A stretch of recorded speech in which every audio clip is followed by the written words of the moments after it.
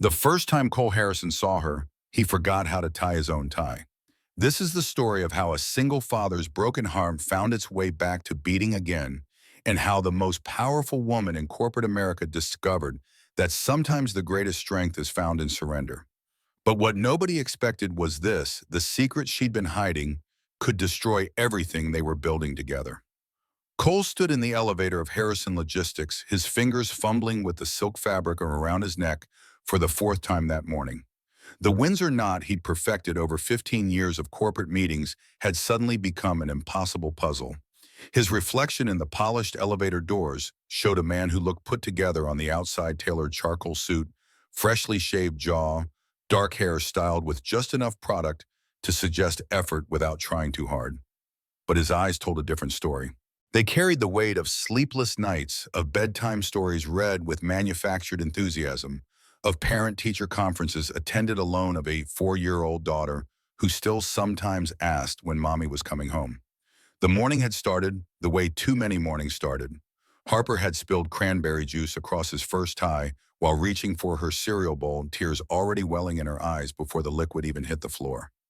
The nightmare had woken her again at 3 in the morning, the same one about the woman with honey-colored hair who used to live in their apartment but didn't anymore. Cole had held his daughter until the trembling stopped, whispering promises he wasn't sure he could keep about how everything would be okay, how Daddy was here, how she was safe. By the time Harper finally drifted back to sleep, the alarm was already screaming its digital protest into the darkness. Now standing in this ascending metal box, Cole tried to remember the basic mechanics of fabric manipulation. Loop, tuck, pull. Or was it tuck, loop, pull? His brain, foggy from exhaustion and the weight of today's merger meeting, refused to cooperate. The company his father had built from nothing, the company Cole had sworn to protect even as his personal life crumbled around him, hung in the balance. One meeting, one decision, one chance to save 200 jobs and the legacy his old man had died building. The elevator dinged, announcing the 47th floor. The executive suite where Isla Vaughn, CEO of Vaughn Capital, waited to determine whether Harrison Logistics would survive or become another casualty of corporate consolidation. Forbes had called her ruthlessly efficient. The Wall Street Journal preferred the term most formidable negotiator of her generation. The traders who'd watched her dismantle companies 3 times the size of Cole's had a simpler nickname: the Ice Queen of Wall Street. Cole stepped out into the pristine corridor, still wrestling with his tie, when he collided with something soft and warm that smelled like jasmine and vanilla. The impact sent his briefcase tumbling, papers scattering across the marble floor in a humiliating display of professional incompetence. Words formed automatically, years of Southern upbringing demanding apology even in disaster. But then he looked up, and the apology died somewhere between his brain and his mouth. Isla Vaughn stood before him in a cream-colored power suit that somehow managed to look both authoritative and devastatingly feminine. Her auburn hair cascaded over her shoulders like spun copper, catching the fluorescent light. Her figure was the kind that turned heads in boardrooms and made men forget their prepared presentations. But it was her eyes that stopped. Cole culled a shade of green so vivid they looked almost unnatural, studying him with a mixture of amusement and something else, something that looked almost like recognition. She tilted her head, one perfectly shaped eyebrow arching upward in an expression that could have meant anything from curiosity to contempt. The words that came next carried the kind of quiet authority that made people actually listen instead of just hearing. "You have no idea who I am, do you?" Cole's brain finally caught up with the situation, horror flooding through his veins as the pieces assembled themselves into a nightmare of professional disaster. Isla Vaughn, the woman who was about to acquire 40% of his company. The woman who held the future of Harrison Logistics in her perfectly manicured hands. The woman who he now realized with mounting dread he had just body-checked in the hallway while looking like he'd never learned to dress himself. His hand extended automatically, corporate training overriding panic. "Ms. Vaughn, I'm Cole Harrison. I apologize for my daughter was having a rough morning and I—" She stepped closer, so close he could see the faint dusting of freckles across her nose that her makeup couldn't quite conceal, so close he could feel the warmth radiating from her skin. Her voice cut through his stammering with surgical precision. "Stop," and he did. Because when Isla Vaughn told you to stop, your body obeyed before your mind even processed the command. "You're going to strangle yourself at this rate." Before Cole could protest, before he could process what was happening, her hands were at his throat.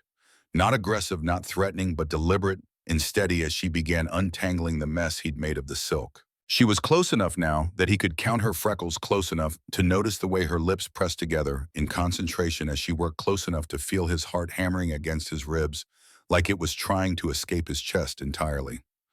Those lips, perfectly shaped, touched with just a hint of color that made them look like rose petals in morning dew.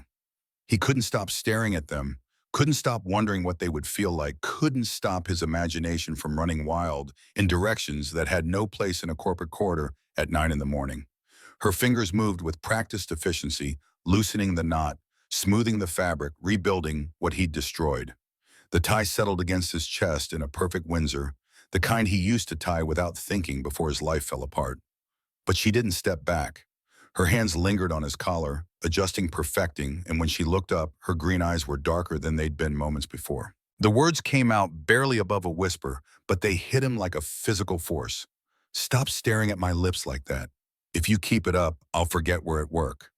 The air between them crackled with something electric, something that had absolutely no place in a professional setting. Cole felt the years of carefully constructed walls threatening to crumble with a single touch from this woman he had only just met. His pulse thundered in his ears, drowning out the distant hum of office equipment and muffled conversations bleeding through closed doors. Then his phone rang, shattering the moment like glass against concrete. The screen showed Harper's daycare, and suddenly nothing else mattered. Not the merger, not the beautiful woman still standing too close for professional comfort, not the fact that his entire future hung in the balance. The world narrowed to that glowing screen and the sick certainty that something was wrong because the daycare never called unless something was wrong. The administrator's voice carried that particular blend of professionalism and concern that every parent learns to dread. Harper had fallen on the playground.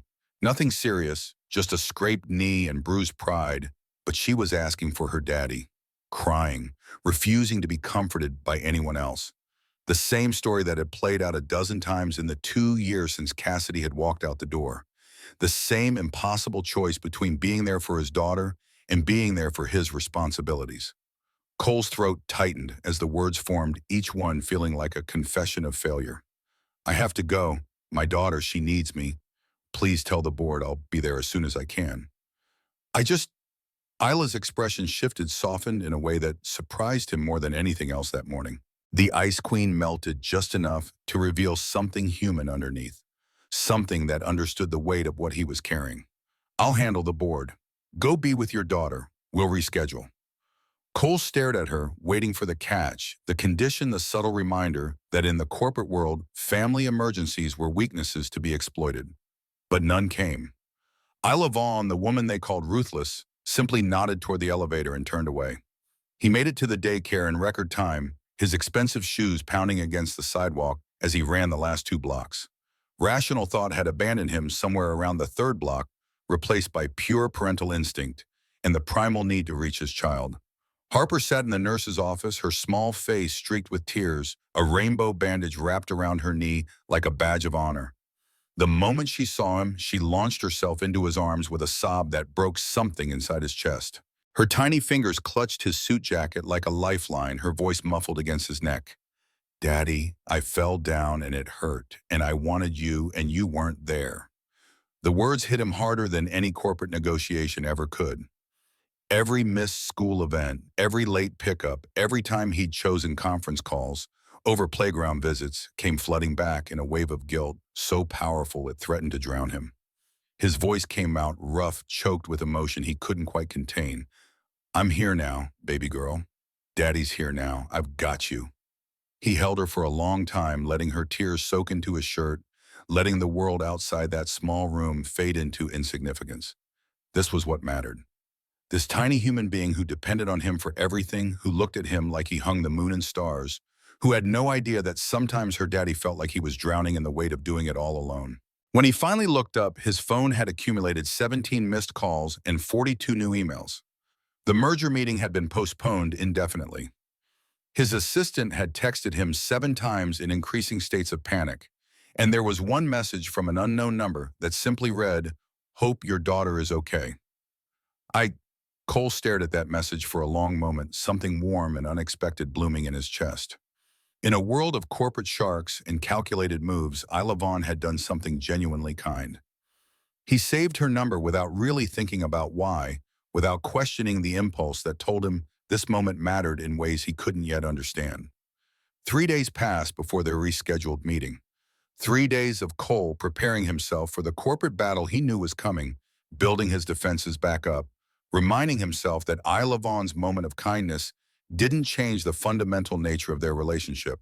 She was here to acquire his company, to strip away pieces until only the profitable core remained, to make decisions based on spreadsheets and profit margins, rather than the 200 families who depended on Harrison Logistics for their livelihoods. The conference room was already occupied when he arrived precisely on time, carrying folders thick with projections and counteroffers. Isla sat at the head of the table, her hair pulled back in a severe bun that somehow made her look even more formidable. All business. No trace of the woman who'd tied his tie, who'd looked at him with something that might have been interest, who'd told him to go to his daughter without hesitation. The meeting unfolded exactly as he'd expected. Numbers flew across the table like weapons in a corporate war. Terms and conditions, percentages, and timelines, every clause dissected and debated with surgical precision. Isla was brilliant, pushing for better terms, demanding concessions, never giving an inch of ground she didn't have to surrender. His team sweated through their shirts, watching their CEO go toe-to-toe with a woman who'd made grown men cry in similar negotiations. But sometimes when their eyes met across the crowded room, Cole caught glimpses of something else beneath her polished exterior. Something that looked almost lonely. A flicker of recognition, as if she saw in him the same exhaustion she carried, the same weight of responsibility that turned sleep into a luxury and personal life into a distant memory. The meeting ended with handshakes and promises to reconvene next week. Professional, cordial, exactly what it should have been. Cole was already halfway to the elevator when her voice stopped him. "How's Harper?" He turned, surprised by the question, by the fact that she remembered his daughter's name. "She's good. Thank you for asking. And thank you for the other day." "You didn't have to do that." Isla's expression remained carefully neutral, but something flickered in her eyes. "Yes, I did." Silence stretched between them, heavy with words neither seemed willing to speak. Cole found himself studying her face, noticing the faint lines around her eyes that spoke of too many late nights, the subtle tension in her jaw that suggested stress carried deep. Coffee sometime. To discuss the merger terms, they both knew it wasn't about merger terms. The question hung in the air like a challenge, like a test, like the first move in a game neither of them knew how to play. Yeah, coffee. The cafe was one of those upscale places near her office, all exposed brick and Edison bulbs, where a simple cup of coffee cost more than most people's lunch. Cole arrived early, nervous in a way he hadn't been since his first date with Cassidy back in college. That relationship had started with coffee, too, he remembered. Started with promise and ended with her walking out on a 2-year-old child without looking back. Isla appeared exactly 5 minutes late, which would have been perfectly acceptable, except he'd done his research. Isla Vaughn was never late. Ever. Her hair was down, flowing over her shoulders in waves that caught the afternoon light, and she traded the power suit for jeans and a simple blouse that made her look almost approachable, almost human. The beginning was awkward, both of them hiding behind corporate speak and merger terminology like it could protect them from whatever this was becoming. But gradually, inevitably, the conversation shifted. Isla asked about Harper with genuine interest, not the polite curiosity most people displayed. Cole found himself lighting up as he talked about his daughter, about the elaborate stories she invented for her stuffed animals, about her obsession with unicorns and pancakes, and the way she pronounced spaghetti like it was 3 separate words. "She asked me if you were a princess. The fancy suit, you know." Isla's laugh transformed her entire face, softening the sharp edges, revealing something warm underneath. "What did you tell her?" The words came out before he could stop them, honest in a way that felt dangerous. "I said, you're something better, a boss." Her smile widened, genuine and unguarded, and Cole realized he'd never seen her actually smile before. Not in photographs, not in the boardroom, nowhere. This was new territory, uncharted and terrifying. The conversation meandered through safer topics, music preferences, terrible movies they secretly loved, books that had changed their perspectives. Isla was funny when she let her guard down, quick-witted and sharp, in ways that had nothing to do with corporate maneuvering. Cole found himself laughing more than he had in years, the sound feeling foreign and wonderful in equal measure. Then she mentioned her father, just a passing reference, but something in her voice made him pay attention. He died at his desk when I was 23. His last words to his secretary were about the Beijing expansion. The pain underneath those words was so raw, it made Cole's chest ache. "I'm sorry." She shrugged, but the gesture was too studied, too practiced. It was a long time ago, ancient history. The silence that followed felt different than the earlier awkwardness. This was shared understanding, mutual recognition of loss and regret. Cole watched her trace absent patterns on the table, her fingers moving in loops and whirls that might have meant something or nothing at all. "Can I ask you something?" "You can ask. Doesn't mean I'll answer." "Why did you help me that day when Harper got hurt and I had to leave the meeting? You didn't have to cover for me. Most people in your position would have used it as leverage." Isla was quiet for so long, Cole thought she wouldn't answer. When she finally spoke, her voice was different, stripped of its usual corporate polish, raw, in a way that made his breath catch. "Because I watched my father miss every important moment of my childhood for board meetings and quarterly reports. Because when I saw you choose your daughter over everything else, I saw the father I wished I'd had." Something shifted in that moment, some fundamental realignment of how Cole saw this woman.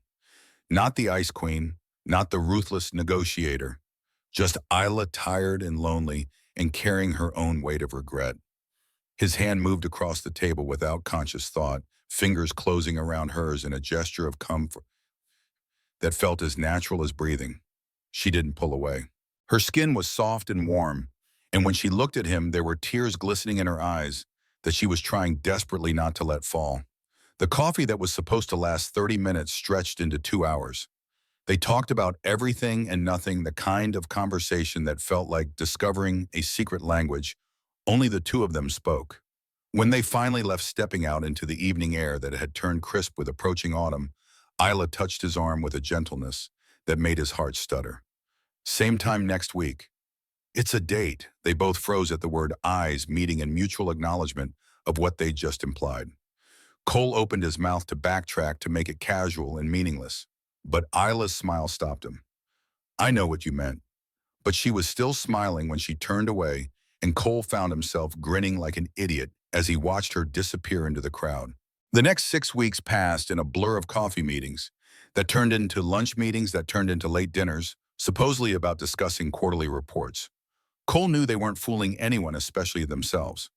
But acknowledging what this was becoming felt dangerous, like naming it might shatter the fragile thing growing between them. During one late-night working session in his office, Cole noticed the prescription bottles when Isla pulled them from her bag. Strong pain medication, the kind you didn't take for headaches. She caught him looking, quickly tucked them away with practiced efficiency. Chronic condition, nothing serious. But her face told a different story, one written in lines of pain and exhaustion she couldn't quite hide. Cole didn't push, but he filed the information away, another piece of the puzzle that was Isla Vaughn. Week 3 brought the first real physical contact beyond handshakes and accidental touches. They'd been working late in his office, papers spread across every available surface, arguing good-naturedly about projected growth rates. Sometime around midnight, Isla had fallen asleep on his couch, her body finally surrendering to the exhaustion she carried like armor. Cole covered her with his jacket, moving carefully to avoid waking her. She looked different, asleep, younger, more vulnerable, the sharp edges of her corporate persona softened into something almost fragile. He settled into his desk chair, content to let her rest, to guard this moment of peace she so clearly needed. She woke at 2 in the morning, disoriented and embarrassed. "Sorry, I didn't mean to." "It's okay. You looked peaceful." Their faces were close, too close, the space between them charged with possibility. Cole felt gravity pulling him forward, toward those lips he'd been trying not to think about for 3 weeks. But Isla pulled back, creating distance that felt like miles. "I should go." Week 4 changed everything. Harper had a school play, one of those chaotic productions where 4-year-olds dressed as flowers recited lines they'd mostly forgotten. Cole mentioned it casually, not expecting anything, but Isla's response surprised him. "I'd love to see it, if that's Appropriate? Cole hesitated. Harper had already lost one mother. The thought of introducing someone new, of letting his daughter get attached only to watch another woman walk away, made his chest constrict with protective fear. But something in Isola's eyes, a genuine interest that went beyond polite curiosity, made him nod. She showed up to the play wearing jeans and a simple sweater, blending in with the other parents in a way that felt deliberately chosen. Harper played flower number 3 with enthusiastic dedication, delivering her 2 lines with such conviction that several parents laughed. But when Cole glanced at Isla, she was crying. Actually crying, tears streaming down her face as she watched a 4-year-old recite dialogue about growing in the sunshine. Afterward, Harper spotted Isla and approached with that particular mixture of shyness and curiosity that defined childhood. "You came. Of course I came. I heard you were the best flower in the whole play." And just like that, something fundamental shifted. Isla started appearing at their Sunday pancake breakfast, initially awkward, but gradually finding her rhythm. She burned the first batch, laughed at herself with genuine amusement, and let Harper teach her the proper way to flip without destroying the structural integrity. She learned that crusts had to be cut off sandwiches, that foods could never touch on the plate, that the purple unicorn was named Sparkles and needed to be tucked in with proper ceremony. Cole watched them together, watched his daughter warm to this woman who'd never made pancakes before meeting them, watched Isla's careful defenses crumble in the face of childish enthusiasm. Something in his chest cracked open, some sealed place he'd thought would stay closed forever. The night Harper stayed with Eleanor Cole's mother, Isla came over for dinner that turned into wine, that turned into confessions whispered in the dark. They made love slowly, carefully, like they were both afraid of breaking something precious. Afterwards, she traced patterns on his chest, her fingers leaving trails of warmth. "I haven't felt this way in ever, actually." "Me too." She opened her mouth, closed, and it opened it again. "Cole, I need to tell you something." He waited patient, but she shook her head. "Never mind, another time." The next morning, over coffee and comfortable silence, Harper asked the question that changed everything. "Daddy, is Miss Isla going to be my new mommy?" Cole nearly choked, coffee burning his throat. "Why do you ask, sweetheart?" "Because she does mommy things, and she looks at you like she loves you." His heart swelled and broke simultaneously, love and fear warring in his chest. "Would you want that? Want Miss Isla to be your mommy?" Harper considered this with the devastating logic of childhood. "I think so. She's nice, and she makes you smile." That night, after Harper was asleep, Cole opened his grandmother's jewelry box. The antique diamond ring inside had been in his family for 4 generations. His mother had worn it briefly before she'd walked away from her own family. Cassidy had never wanted it, preferring something modern and expensive, something that cost more than his first car. But when Cole pictured this ring, he saw it on Isla's hand, saw her wearing it while she charmed investors and dominated boardrooms, while she chased Harper around the living room, both of them breathless with laughter. He was going to ask her to marry him. The realization settled over him like a warm blanket, chasing away the cold that had lived in his chest since Cassidy left. He was going to ask Isla Vaughn to marry him, and for the first time in his life, he wasn't terrified of the answer. 3 floors below Cole's apartment, in an office that had been empty for months, a woman with honey-colored hair sat watching security footage on her laptop. Cassidy Blake's smile held no warmth as she observed her ex-husband kiss Isla Vaughn goodnight in the building's lobby. Her fingers moved across her phone's keyboard with practiced efficiency. "Found them." "Yeah, he's moved on. Some corporate bitch. No, I know what to do. Trust me." She ended the call and leaned back in the stolen chair, studying the frozen image of Cole's happy face. He looked different than she remembered. Lighter. Like some weight she'd placed on his shoulders had finally lifted. That weight was supposed to stay there, was supposed to keep him anchored to the memory of what they'd had, was supposed to prevent exactly this scenario. Cassidy had made mistakes. She knew that now, sitting in this empty office with $500,000 of gambling debt hanging over her head like a guillotine blade. Walking away from Harper had seemed like the right choice at the time, the only choice when motherhood felt like drowning and freedom looked like the only life raft. But freedom turned out to be just another word for alone, and alone had led her to poker tables and loan sharks and decisions that spiraled into desperation. She studied Isla's face on the screen, analyzing, calculating. Beautiful, successful, Everything Cassidy had convinced herself she wanted to be when she'd walked out on her family. But this woman had what Cassidy had thrown away, and that burned worse than any debt, worse than any threat from the men who'd fronted her money she couldn't repay. The plan formed slowly, methodically, each piece clicking into place with satisfying precision. She had access to things they didn't know about, connections from her time in corporate law before Harper was born. She knew people who could create documents, manipulate photos, build evidence out of nothing. Cole thought he'd moved on, thought he'd found something real with his Ice Queen. Cassidy would show him what real looked like, would remind him what happened when you tried to replace the irreplaceable. Her phone buzzed with a text from Marcus, her creditor's favorite messenger. "Time's up, Cassidy. Need something concrete by Friday or things get unpleasant." She typed back, "Friday, you'll have everything you need. Trust me." The laptop screen glowed in the darkness, casting shadows across Cassidy's face as she began her research. Every public record, every business transaction, every photograph of Isla Vaughn that existed in digital space became ammunition. She had 4 days to build a weapon capable of destroying what Cole and Isla were building. 4 days to prove that the past never really stays buried. Above her, completely unaware of the storm forming in his building's basement, Cole Harrison fell asleep with his phone still clutched in his hand, Isla's last text glowing on the screen. "Sweet dreams. See you tomorrow." Tomorrow would come. The storm would break. But tonight, for just a few more hours, Cole Harrison was allowed to be happy. Cole had chosen the restaurant, deliberately the same corner table where their first real date had unfolded 8 weeks earlier. The ring box pressed against his ribs, through his jacket pocket, a small weight that felt like it might crush his lungs. Harper was safely settled at Eleanor's house for the night, probably already asleep with Sparkles tucked under one arm. Everything was perfect. Maybe too perfect, in the way that things feel right before they shatter completely. Isla arrived wearing an emerald dress that matched her eyes, fabric clinging in ways that made coherent thought difficult. They ordered wine, fell into the easy banter that had become their language, reminisced about that terrible tie and the collision that started everything. Cole's hand kept drifting toward his pocket fingers, brushing the velvet box, his pulse climbing every time he came close to dropping to one knee. "I should mess up my ties more often." Her smile was devastating, unguarded in ways she never allowed during business hours. "Please don't. My heart can't take it." Cole reached for the box again, mouth opening to form words he had rehearsed 100 times when his phone buzzed against the table.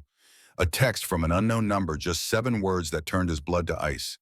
"Check your email now before you do something stupid." His hands shook as he opened the email, app thumb hesitating over the screen. Isla noticed the change immediately, her expression shifting from warm to concerned in the space of a heartbeat. "What's wrong?"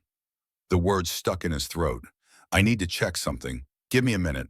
The email subject line read, "The truth about Isla Vaughn." Below it, a series of attachments loaded with agonizing slowness, photographs, bank statements, document scans, emails. Each image that materialized felt like a punch to the gut. Isla with another man standing close outside what looked like a hotel. The timestamp read 3 months ago, right around when they'd first met. More photos followed showing dinners, business meetings, intimate conversations. The man's face was familiar from financial publications. Malcolm Sterling, tech billionaire. The kind of name that appeared in Forbes power lists and charity gala coverage. Then came the documents. Bank records showing large transfers from Vaughn Capital to shell corporations Cole had never heard of. Email chains discussing the merger, except these emails painted it as something else entirely. A hostile takeover. Deliberate asset stripping. The phrase "Carter takedown" appeared multiple times, cold and clinical as a surgeon's blade. His vision tunneled the restaurant, blurring at the edges until only the phone screen remained in focus. Every email, every transfer, every photograph built a narrative that made terrible sense. The Ice Queen of Wall Street playing the long game, using him to gain access to Harrison Logistics from the inside. The kindness, the vulnerability, the way she looked at Harper, all of it calculated, weaponized, designed to lower his defenses until she could strike. Cole's chest constricted as he looked up at Isla. Really looked at her, trying to reconcile the woman across from him with the evidence burning on his screen.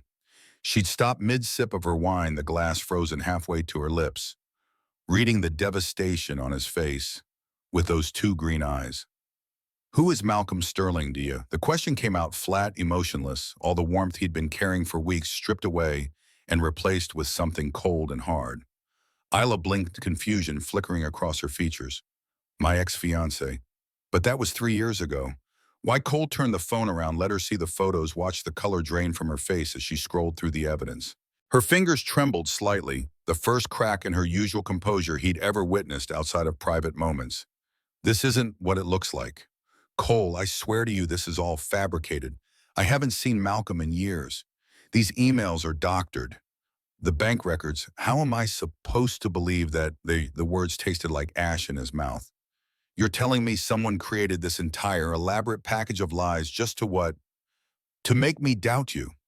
Her hands shot across the table, gripping his arm with surprising strength. Yes, think about it. Who benefits from us falling apart? Who would want to destroy both of us personally and professionally? Cole wanted to believe her. Every fiber of his being screamed at him to trust her, to remember all the moments they'd shared. The vulnerability she'd shown him, the way she looked at Harper like his daughter was something precious. But he'd trusted Cassidy too. He'd believed her promises, her declarations of love, her vows. And she'd walked away without looking back, leaving him to pick up the pieces of a life she'd shattered. The ring box in his pocket felt like a grenade now, something dangerous and explosive that could destroy everything if he made the wrong move. I need time. His voice came out rough, barely recognizable as his own. I need to think. I need to figure out what's true. Isla's face crumbled, all the careful control disintegrating in real time. Cole, please, don't do this. Don't shut me out. But he was already standing, already backing away from the table, from her, from the future he'd been imagining just moments before. I'll call you tomorrow. I can't do this right now. I'm sorry.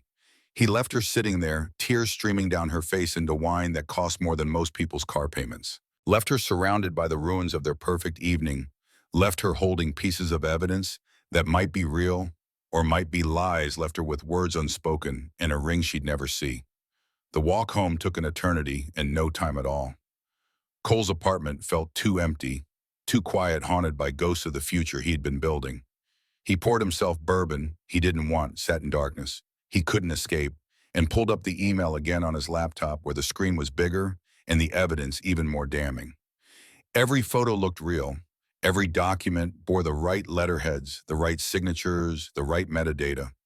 If this was fabricated, it was professional grade work, the kind that required resources and expertise beyond what most people could access.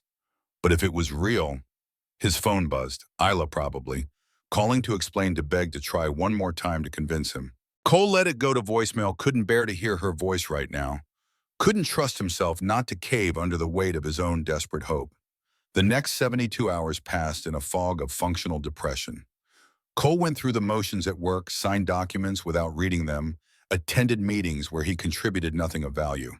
Harper asked about Miss Isla every single day, her small face falling each time he gave vague non-answers about being busy or having important work. Is she coming to my birthday party? I don't know, baby girl.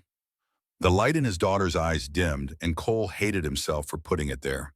Hated whoever had sent that email for forcing him into this position. Hated the universe for making love feel like a minefield, where every step might trigger an explosion. On day 2, he called Garrett Knox, a private investigator he'd used before when a supplier was suspected of fraud. Garrett came highly recommended by people who valued discretion and results over compassion and bedside manner.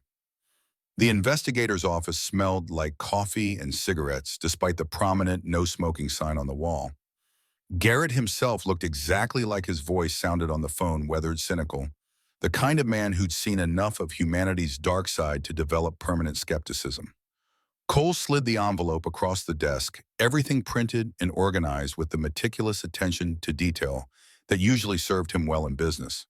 I need to know if these documents are real. And if they're not, I need to know who made them. Garrett flipped through the pages without comment, his expression never changing from professional neutrality. This will take some time. Digital forensics isn't instant.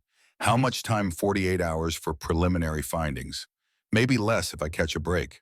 Meanwhile, 3 floors above a coffee shop in downtown Manhattan, Isla Vaughn sat in her corner office and fought a losing battle against panic.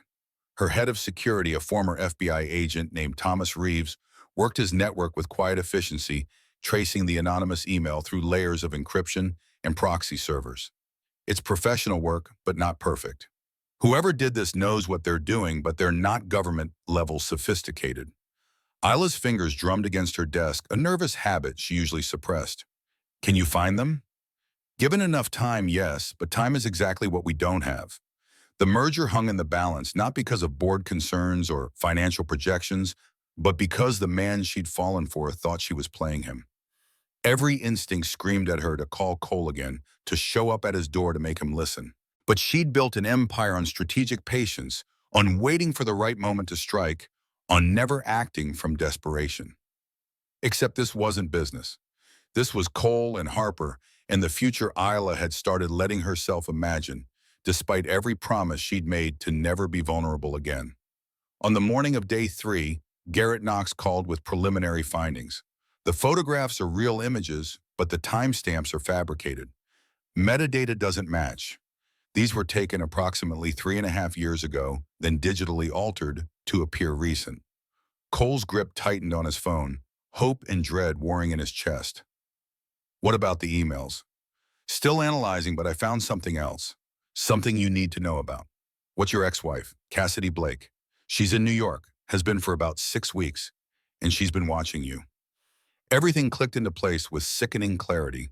Of course it was Cassidy. Who else had the motive, the knowledge of his life, the capacity for destruction? Disguised as love, but why now? Why, after 2 years of silence, the answer came an hour later, buried in Garrett's more detailed report.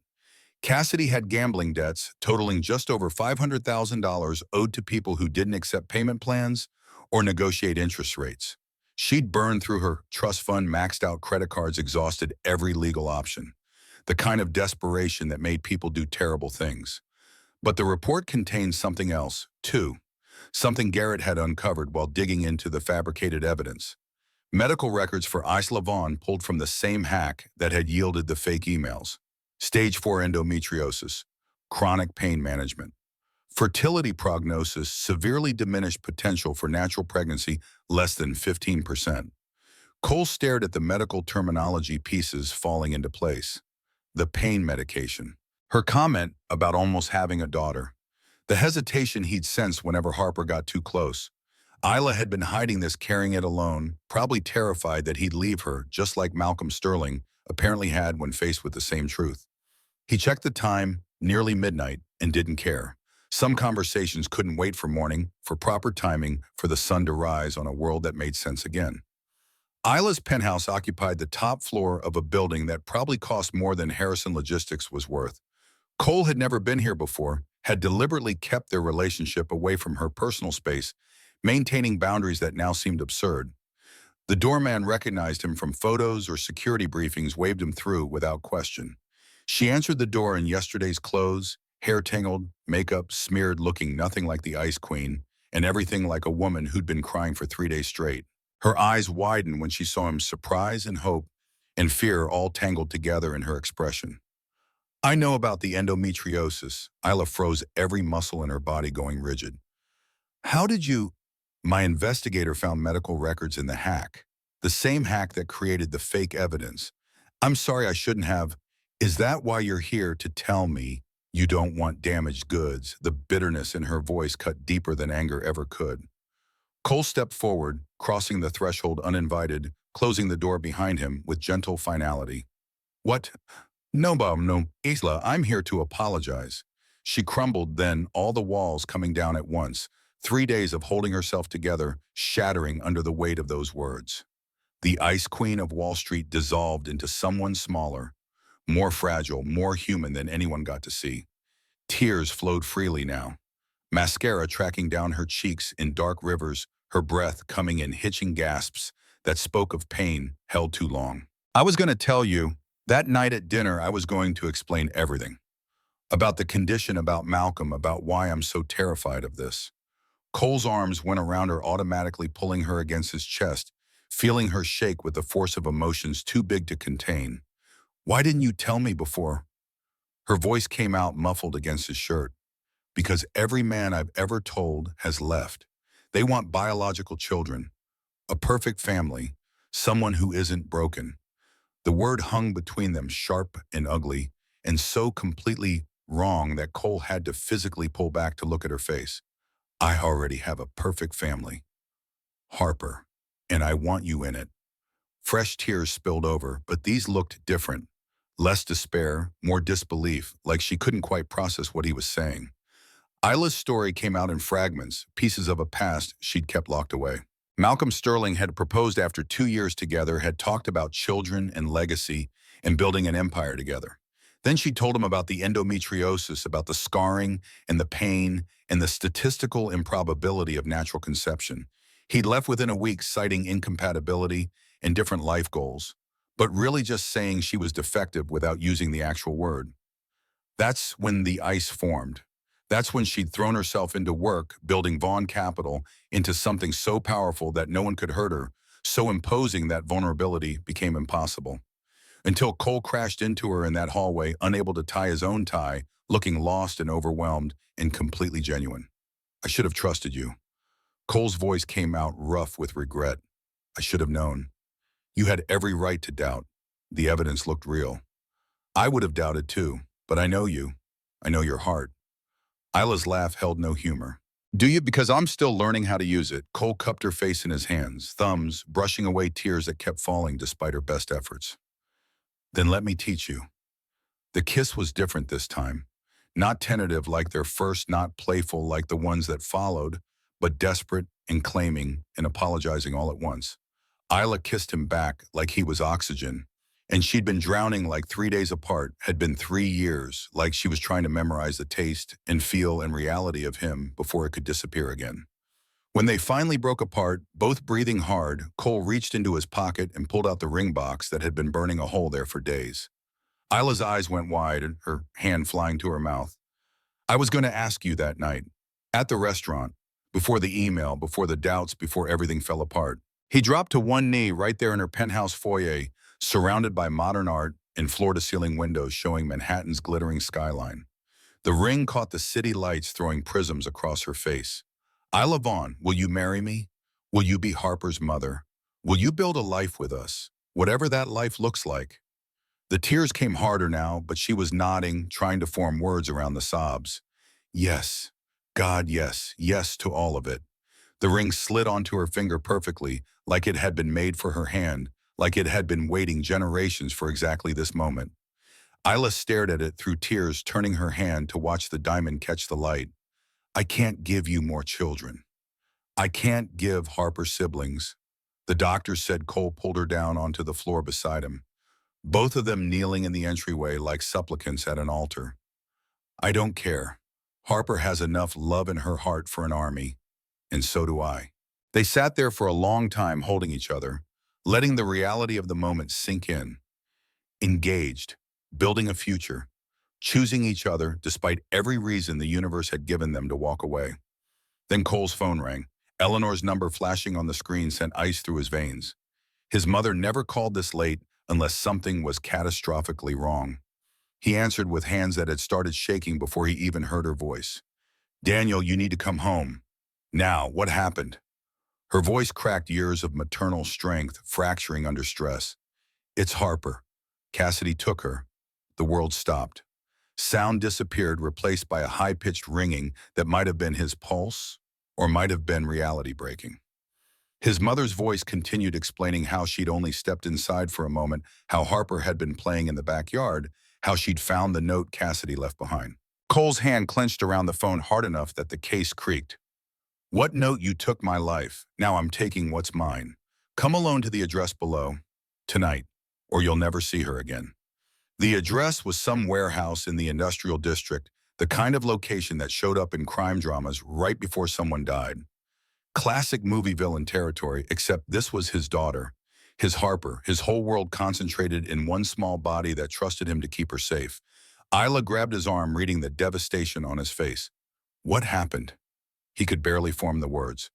Cassidy took Harper. She wants me to come alone to some warehouse. If I don't, her expression transformed. Ice Queen, returning in full force but directed outward, now weaponized protection instead of defensive armor.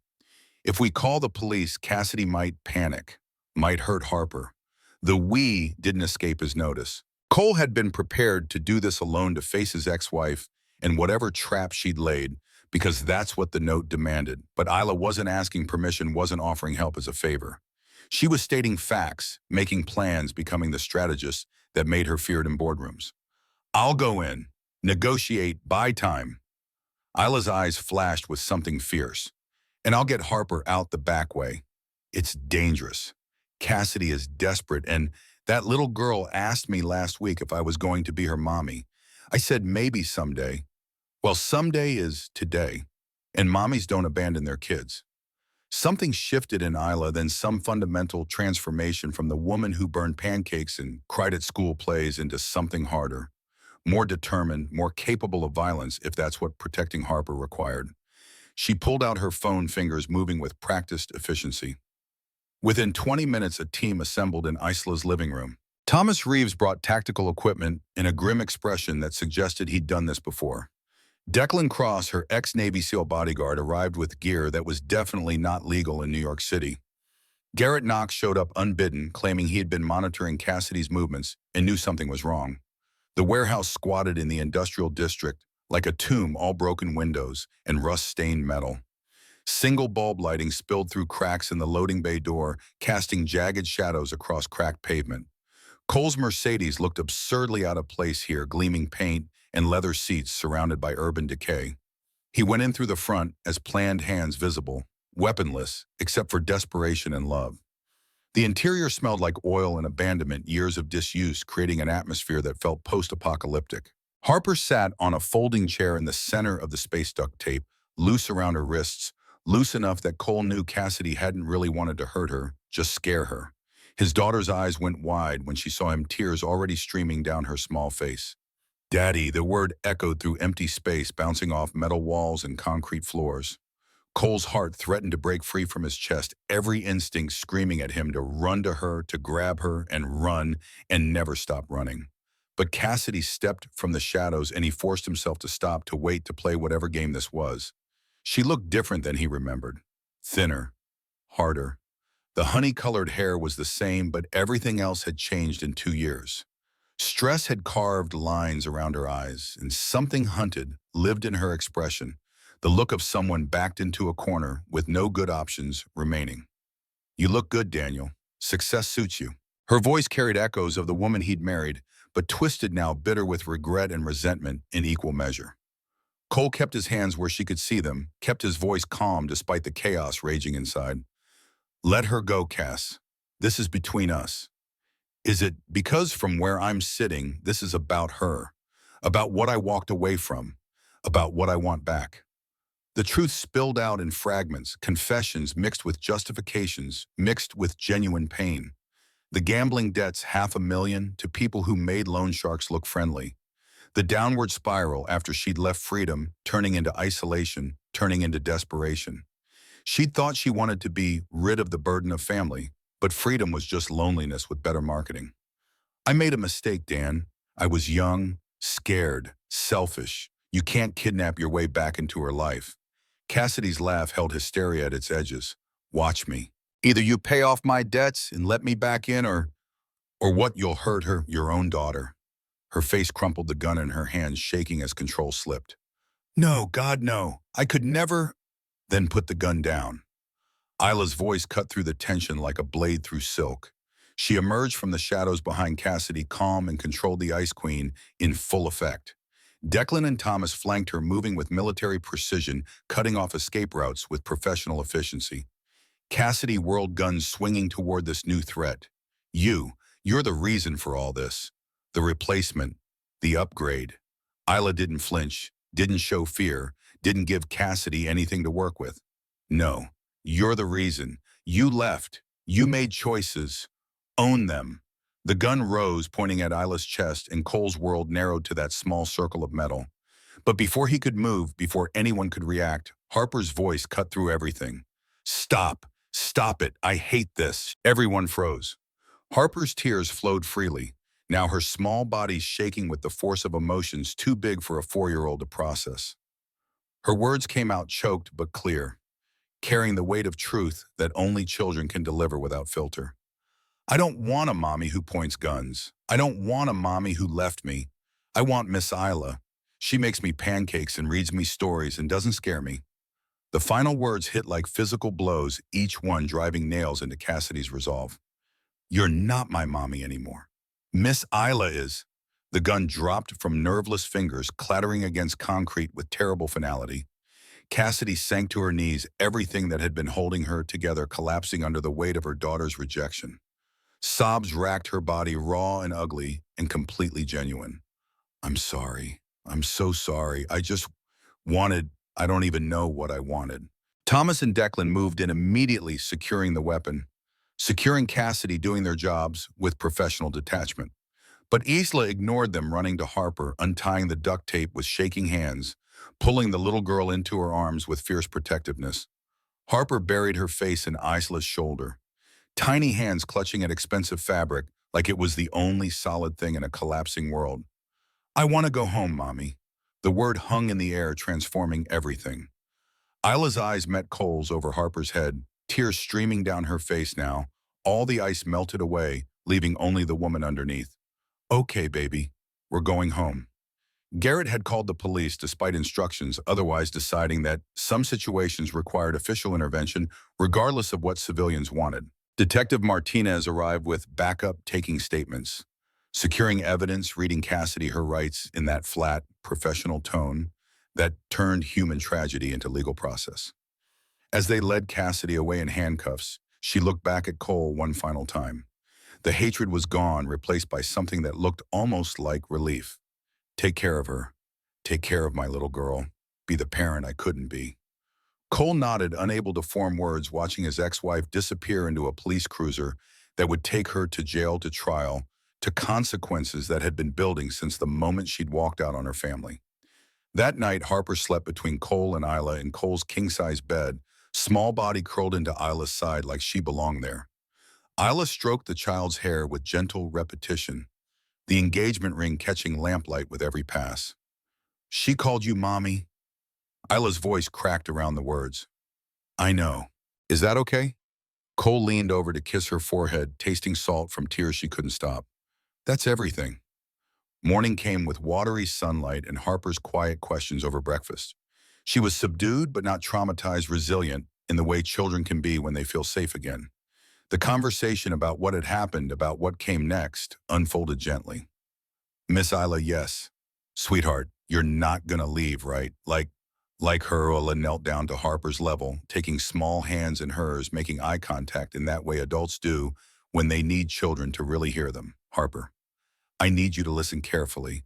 I love your daddy, and I love you so much, and I'm going to marry your daddy, which means I'm going to be your mommy forever and ever, even when I'm bad, even when you're bad, even when I'm bad, even when daddy's bad.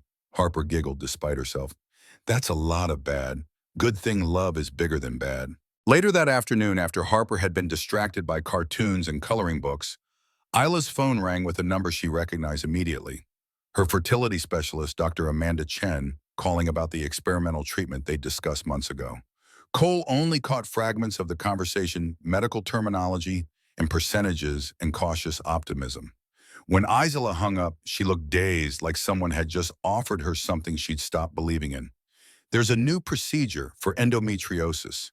Still experimental, but the early results are promising. It might improve chances of pregnancy, might not. Cole studied her face, reading hope and fear in equal measure. Do you want to try? Isla looked through the doorway to where Harper was sprawled on the living room floor, tongue poking out in concentration as she colored a unicorn with aggressive enthusiasm. I already have a daughter, that's enough. But if there's a chance, she turned back to him, vulnerability written across every feature. Then we'll try. Together. The word felt like a promise, like a foundation, like the beginning of something neither of them had believed possible 6 months ago. Together. Not alone, not carrying weight in isolation. Together. 6 weeks crawled by before Cassidy Blake stood in a Manhattan courtroom, orange jumpsuit, replacing the designer clothes she'd once worn like armor. The charges read like a catalog of desperation: kidnapping, extortion, unlawful possession of a firearm. Her lawyer, a public defender who looked barely old enough to vote, negotiated a plea deal that spared everyone the trauma of a trial. The judge, a severe woman in her 60s named Patricia Wolf, studied Cassidy with an expression that suggested she'd seen this story play out too many times. 5 years eligible for parole in 3, court-mandated psychiatric treatment, permanent restraining order, prohibiting contact with Harper Harrison. Cole sat in the gallery, Isla's hand warm in his, watching his ex-wife accept responsibility for crimes born from choices made years earlier. Part of him wanted maximum punishment, wanted her to suffer the way he'd suffered that night in the warehouse. But the larger part, the part that remembered the woman he'd loved before everything broke, felt only exhaustion. She's sick. She needs help, not revenge. Isla squeezed his fingers, understanding written in the gesture. The Ice Queen everyone feared had learned warmth in small increments, thawing one moment at a time. Harper's recovery required professional intervention. Rebecca Sullivan's office occupied the 3rd floor of a brownstone in Park Slope, decorated with primary colors and toys strategically placed to encourage play therapy.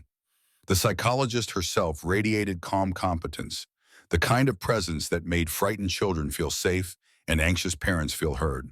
The sessions unfolded weekly, Harper drawing pictures that evolved from dark scribbles to recognizable shapes. The first few showed 3 stick figures, Daddy Miss Isla herself. No representation of Cassidy appeared anywhere, as if Harper's mind had simply erased the woman who'd given birth to her. Dr. Sullivan reviewed the artwork with careful attention during parent consultations. She's resilient. Children often are when they have stable support systems. The kidnapping was traumatic, but she's processing it healthily. Will there be long-term effects? The psychologist's honesty was refreshing rather than alarming. Probably. Trust issues, separation anxiety, those are common. But with 2 parents who love her, she'll be more than okay.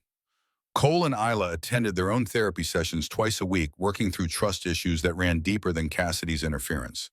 Learning to communicate without defensive armor required dismantling habits built over decades. Cole's abandonment fears didn't vanish because Isla wore his grandmother's ring. Isla's terror of inadequacy couldn't be erased by Harper calling her mommy. Their therapist, Dr. Marcus Penn, specialized in blended families and second chances. Progress came in increments measured by difficult conversations and vulnerable admissions.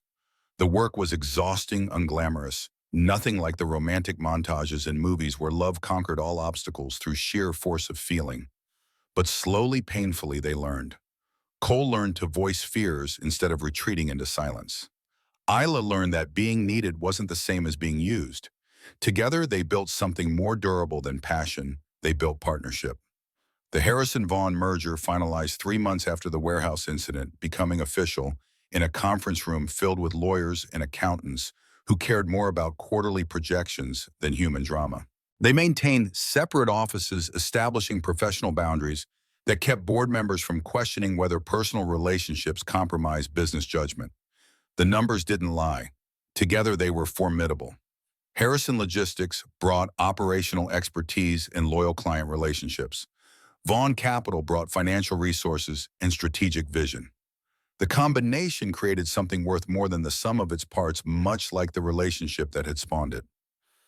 Eleanor Harrison took the engagement news with surprising grace given her son's track record. She'd watched Cassidy destroy Cole, had picked up pieces when he'd shattered, had raised Harper when her son couldn't function. But watching Isla with her granddaughter melted reservations like spring snow. That woman loves you both. Don't let her go. The wedding planning descended into beautiful chaos the moment Harper learned she'd be Flower Girl. Opinions erupted from her small body with volcanic enthusiasm, each one delivered with the absolute certainty that only 4-year-olds possess. The flowers have to be purple and pink, and maybe rainbow if that's allowed. Cole and Isla exchanged glances across the kitchen table, both fighting smiles. Harper sat between them, hands gesturing wildly as she outlined her vision. Can Sparkles be the ring bearer? I know he's a stuffed unicorn, but he's very responsible. Isla's attempt at seriousness lasted approximately 3 seconds before laughter broke through. I think Sparkles might be better suited to supervising from the audience. Harper considered this with theatrical gravity. Okay, but he needs a good seat. Front row. The dress shopping expedition transformed into a bonding experience Eleanor had been orchestrating since the engagement. She drove them to a bridal boutique in Greenwich Village, the kind of place where champagne flowed freely and consultants treated every bride like royalty. The first several gowns were beautiful in that generic bridal way with all lace and tulle and traditional elegance that looked like every other wedding dress in existence. Isla tried them dutifully, standing on pedestals while consultants pinned and adjusted, but her reflection showed someone playing dress-up rather than preparing for her actual future. You look like you're going to a corporate merger. Eleanor's assessment landed with perfect accuracy. Isla studied herself in the mirror, recognizing the disconnect between the image and the reality. This wasn't her. None of it was her. Harper tugged on the consultant's sleeve with the persistence of youth. She needs to look like a princess with sparkles. The dress they finally found balanced elegance with whimsy, simple lines that flowed like water, with just enough crystal beading to catch light without overwhelming. Isla turned in front of the three-way mirror, watching fabric move around her legs, and something clicked into place. Eleanor's eyes filled with tears she didn't bother hiding. You're going to be such a beautiful bride, and an even better daughter-in-law. Thank you for loving my son. The gratitude in her voice carried weight beyond words. Thank you for loving my granddaughter, like she's your own. Cole's bachelor party consisted of a baseball game with his closest friends, men who'd stuck around through the Cassidy disaster and never stopped showing up. They occupied a private box at Yankee Stadium, drinking beer and eating overpriced hot dogs while pretending to pay attention to the game. His best friend since college, Jake Morrison, studied Cole with the familiarity of 20 years. You sure about this? More sure than I've ever been about anything. Even more than when you married Cassidy. The question held no judgment, just genuine curiosity. Cole watched a batter strike out before answering. That wasn't sure. That was desperate. I thought if I just tried hard enough, loved enough, it would work. This is different. How Cole searched for words adequate to the feeling. With Cassidy, I was trying to be what she needed. With Isla, I get to be myself. And somehow that's enough. Meanwhile, Isla's bachelorette party unfolded in her penthouse with a carefully curated group of women who'd seen her evolution from Ice Queen to something warmer. Her college roommate, now a successful architect, raised a glass of champagne with theatrical flourish. We've literally never seen you like this. Like what? Relaxed, happy, human if we're being honest. Isla laughed to sound genuine and unguarded. Thanks. But seriously, you're glowing. That's what love does, I guess. The wedding morning arrived with September sunshine and unseasonably perfect weather, as if nature itself had decided to cooperate. Cole helped Harper into her flower girl dress purple, with strategic sparkle placement exactly as specified while trying to manage his own nerves. Daddy, are you scared a little? Are you? Harper shook her head with certainty that made his heart ache. Nope, I'm excited. We're getting a mommy. The words hit him like physical force, joy and grief tangled together in ways he couldn't untangle. Yeah, baby girl, we are. Isla's preparation happened 3 blocks away in Eleanor's guest room, the older woman helping with buttons and adjustments while offering wisdom accumulated over decades. Your mother would be so proud. Isla's mother had died when she was 8, cancer stealing her before Isla could form lasting memories. The ache of that absence, never fully healed, just became something she carried. I wish she was here. Eleanor's hand stilled on the zipper. She is, in your heart, and in Harper's smile when she looks at you. The garden behind Cole's new house, larger than his apartment, purchased specifically for their growing family, had been transformed into something magical. White chairs arranged in neat rows, flowers everywhere in the purple-pink rainbow spectrum. Harper had demanded string quartet playing Pachelbel with professional precision. 50 guests gathered as afternoon light turned golden, intimate, and perfect. Harper walked down the aisle, first scattering petals with such enthusiastic abandon that several landed in guests' hair. Laughter rippled through the audience, warm and genuine, the kind of joy that made moments memorable. Then Isla appeared, and Cole forgot how to breathe. She moved toward him like he was magnetic north, and she was a compass designed to find him, her dress catching light, with every step her face radiant with emotions she'd spent years learning to show. The auburn hair flowed free over her shoulders, no corporate severity, just Isla being completely herself. When she reached him, their hands met automatically, fingers interlocking with practiced ease. The officiant began the ceremony, but Cole barely heard the words. Everything narrowed to Isla's face, her eyes, the slight tremor in her fingers that matched his own. The vows they'd written separately came out simultaneously, each word carrying weight accumulated over months of loving and learning and choosing each other despite every obstacle. Cole spoke first, his voice steady, despite the emotion threatening to overwhelm. Isla Vaught, I was lost before I met you. Not in a dramatic movie-type way, in a slow, forgetting how to live kind of way. I was so busy surviving, I forgot to actually live. You reminded me what it means to laugh until my stomach hurts, to stay up too late talking about nothing and everything, to believe that broken hearts can heal, to trust again. He paused, gathering courage for the next part. You taught me that family isn't just blood, it's choice. Every day, you choose us, Harper and me. So today I'm choosing you, forever. Not because it's perfect, but because it's real. The promises flowed like water, finding its course. I promise to fix your coffee the way you like it, to never judge your terrible taste in reality TV, to hold you when the endometriosis pain gets bad, to be your partner in business and in life, to love Harper with everything I have, and to build a life with you that's worth living. I choose you, Isla. Today, tomorrow, and all the days after. Isla's turn came with tears already streaming down her face. Mascara be damned.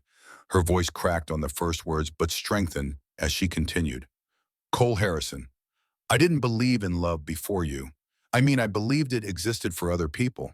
People who were softer than me, less broken, less complicated. You proved me wrong. She gripped his hands tighter, anchor in emotional turbulence. You saw past the Ice Queen, past the walls, past the fear. You saw me, the real me, the one who burns pancakes and cries at kids' school plays and has no idea what she's doing half the time. You loved that person.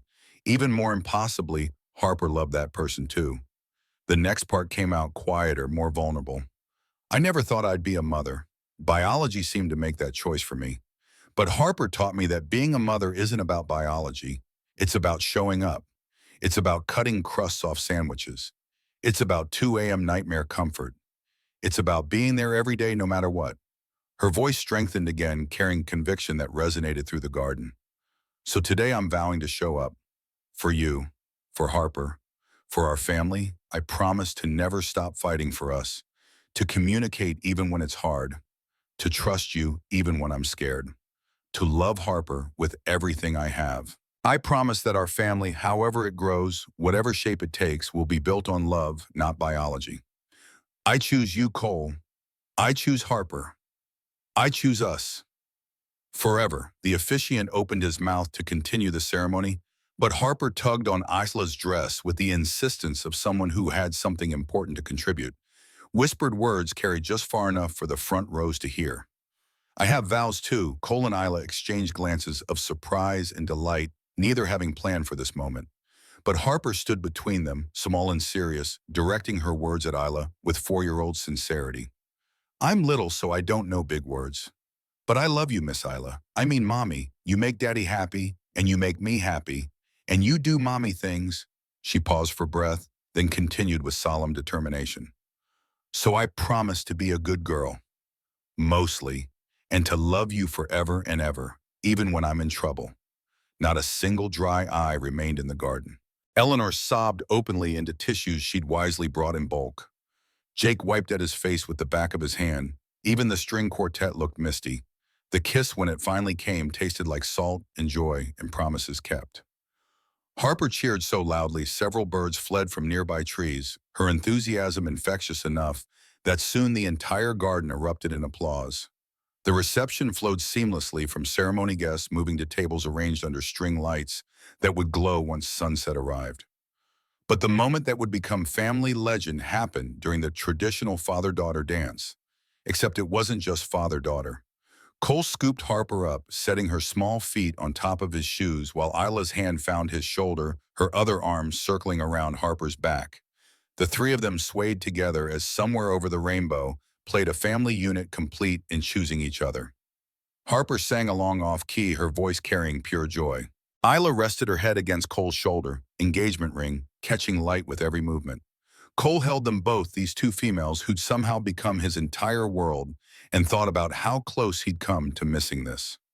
The photographer captured the moment from multiple angles, preserving it for future years, when Harper would need reminding that she'd always been chosen, always been wanted, always been loved. Later, much later, after cake and dancing and toasts that made everyone laugh and cry in equal measure, Cole and Isla collapsed into the back of the town car, taking them to their hotel.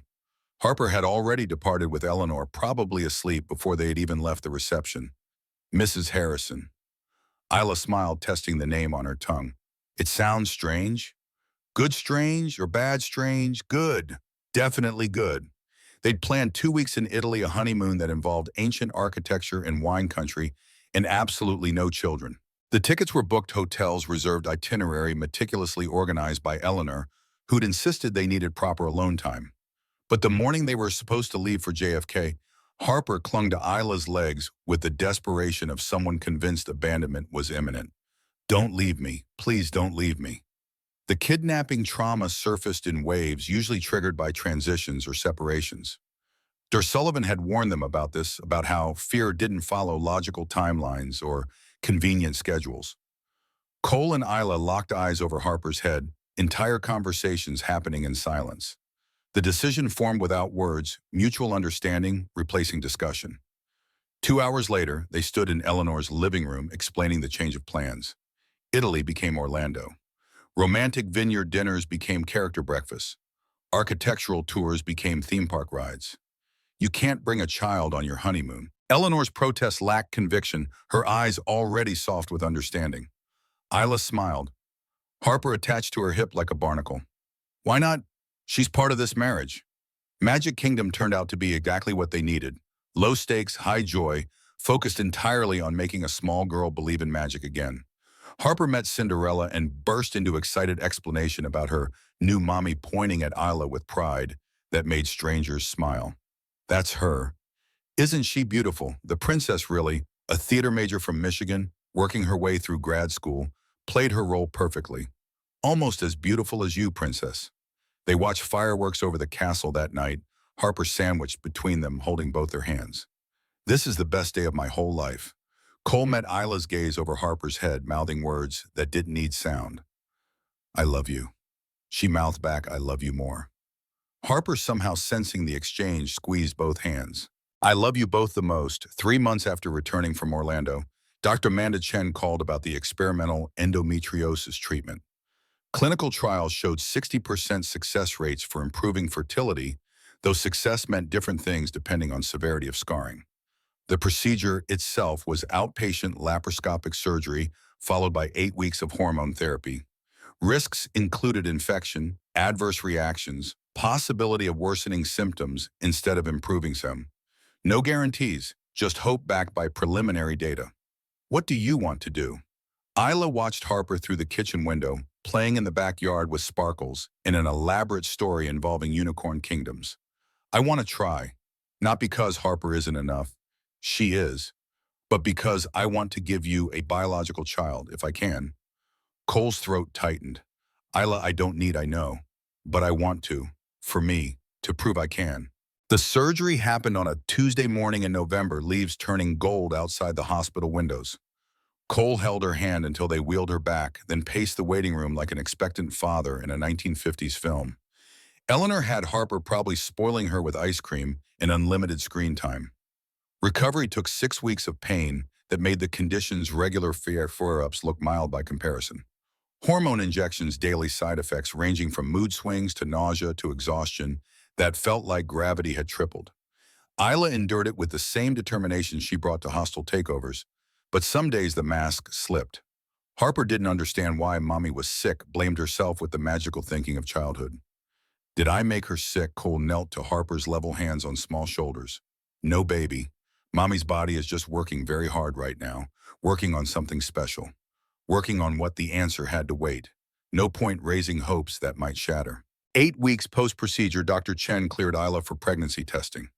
The window for optimal conception was small, but real better odds than she'd had in a decade. They could try naturally or pursue IVF, the choice was theirs. Isla sat in their bathroom at dawn, pregnancy test unopened on the counter, paralyzed by possibility. Cole found her there 15 minutes later, still frozen. Together. We do this together. His hand covered hers on the box. They opened it together, read instructions together, waited 3 eternal minutes together, staring at a small window that would determine their future. 2 lines appeared faint but unmistakable. Isla stared, not breathing, not moving, not quite believing what her eyes reported. Is that real? Is it actually real? Cole checked the instructions again, compared the test to the diagram, confirmed what seemed impossible. It's real. The tears came in waves, overwhelming and cathartic. Not sad tears, not scared tears, but something bigger than either gratitude and disbelief and terror and joy, all tangled into something that didn't have adequate words. What if I lose it? What if something goes wrong? What if, then we'll deal with it together. They told Harper at 12 weeks after the first trimester passed and statistics shifted more favorably. Dinner at their dining table, just the three of them, the moment feeling monumental enough to require ceremony. Harper, we have something to tell you. Immediate concern flooded her small face. Am I in trouble? No, baby. The opposite. You're going to be a big sister. Eyes went saucer wide, mouth dropping open. A baby. Yes, Mommy has a baby growing in her belly. Harper processed this information with visible concentration. Like I was in my birth mommy's belly. The mention of Cassidy created momentary tension, but they'd been preparing for this conversation with Dr. Sullivan's guidance. That's right. But you're still our first baby. Forever. And you'll love the new baby too. We'll love you both. So much. Harper considered this seriously. Okay, but I get to teach the baby stuff, right? Their laughter broke the tension, joy spilling over into tickles and hugs and celebration that felt like its own kind of magic. 18 months later, the Harrison house existed in beautiful chaos. Rowan and Quinn, fraternal twins, had just turned 18 months old, walking, babbling, destroying everything within reach with the efficient enthusiasm of toddlers. Harper, now 6 and in first grade, took her big sister responsibilities with adorable seriousness. Sunday morning found Cole attempting pancakes while Isla chased Rowan, who'd somehow gotten syrup in her auburn hair that perfectly matched her mother's. Quinn threw Cheerios at the family dog with scientific precision, testing gravity's consistency. Harper sat cross-legged on the floor reading a picture book to both twins, who ignored her completely in favor of their respective chaos. And then the princess married the prince, and they had lots of babies. Isla caught Cole's eye across the kitchen, both of them fighting smiles. Lots of babies indeed. Harper's 7th birthday party that afternoon transformed their backyard into controlled pandemonium. Bounce house face painting, 24 children hopped up on sugar and excitement. Cole watched Isla manage the chaos while simultaneously preventing Quinn from eating chalk and Rowan from climbing the fence. She wore grass stains and baby drool like badges of honor, hair escaping its ponytail, makeup long gone exhausted and perfect. Harper launched herself at him with typical enthusiasm. Daddy, Mommy says if you don't stop staring at her like that, she's going to forget we're having a party. Cole scooped up all 3 kids, Harper, Rowan, Quinn, in an embrace that left everyone shrieking with delight. Over their heads, he caught Isla's gaze. She smiled, that particular smile reserved only for him, the one that said despite everything, despite the exhaustion and chaos and constant noise, she wouldn't change a single thing. He mouthed words across the yard, I love you. She mouthed back, I know. Evening found them collapsed on the couch, kids finally asleep, house destroyed in ways that would require hours to rectify. Neither of them moved, too exhausted to care about scattered toys and frosting ground into carpet. We did good today. Isla's voice carried satisfaction earned through survival. Cole pulled her closer, breathing in the scent of her shampoo mixed with baby powder and birthday cake. We do good every day. Even when Rowan finger-painted the dog, especially then. Comfortable silence settled over them, the kind that only came from years of choosing each other through difficulties that would have broken weaker foundations. Isla traced patterns on his chest, a habit from their earliest days together. Do you remember that day in the elevator when you crashed into me and couldn't tie your tie? How could I forget? I thought you were going to fire me on the spot. Her laugh vibrated against his chest. I thought you were the most beautiful disaster I'd ever seen. And now you're my beautiful disaster. Forever. The professional photograph on the mantel showed 5 people. Cole, Isla, Harper, Rowan, Quinn, everyone smiling, everyone loved, everyone chosen. This was what second chances looked like when people were brave enough to take them. This was what healing looked like when given time and patience and determination. This was what family looked like when built on choice instead of obligation. Harper's bedtime that night came with the usual routine pajamas, teeth brushing, sparkles tucked in, with proper ceremony. But as Cole pulled her covers up, she asked a question that landed like a stone in still water. "Daddy, do you remember my birth, Mom?" Careful territory mapped extensively in therapy. "A little. Why do you ask? I don't really remember her." "Is that bad?"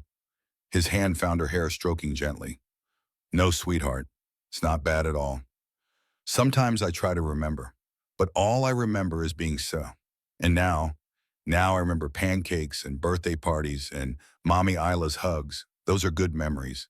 "Yes, they are." She yawned, eyes already drifting closed.